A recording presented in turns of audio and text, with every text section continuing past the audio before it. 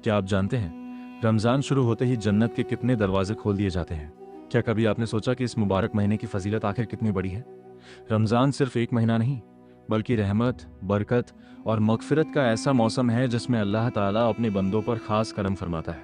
यह वह दौर है जब दुआएं जल्दी कबूल होती हैं, गुनाहों की माफ़ी के दरवाजे खुल जाते हैं और हर नेक अमल का सवाब कई गुना बढ़ा दिया जाता है।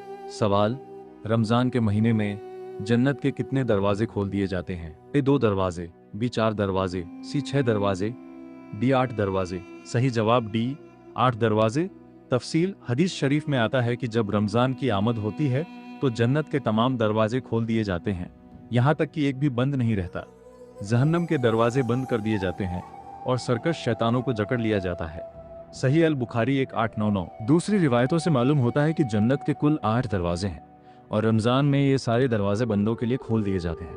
ये इस बात की निशानी है कि अल्लाह ताला अपने बंदों को नेकियों की तरफ बढ़ने का खास मौका दे रहा है। जन्नत के दरवाजों के नाम भी अहादीस में मिलते हैं, जैसे बाबुस्सलाह नमाजियों के लिए, बाबुस्सदका सदका देने वालों के लिए, बाबुर रयान रोजेदारों के लिए खास दरवाज़ा, बाबुल जिहाद और दूसरे दरवाजे भी जो अलग अलग नेकियों से जुड़े हुए हैं। जरा सोचिए, जब जन्नत के सभी दरवाजे खोल दिए जाएं और जहन्नम के दरवाजे बंद कर दिए जाएं, तो ये महीना कितना कीमती हो जाता है।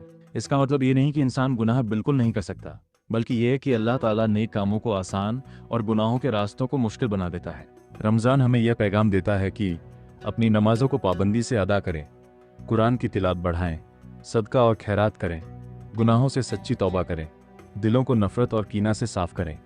यह महीना आत्म सुधार और रूहानी तरक्की का सुनहरा मौका है। जो शख्स इस महीने की कदर कर ले वह अपनी आखिरत संवार सकता है। अल्लाह ताला हमें रमज़ान की असली कदर करने, ज़्यादा से ज़्यादा इबादत करने और जन्नत के उन खुले दरवाज़ों से दाखिल होने की तौफीक अता फरमाए। आमीन, अल्लाहुम्मा आमीन।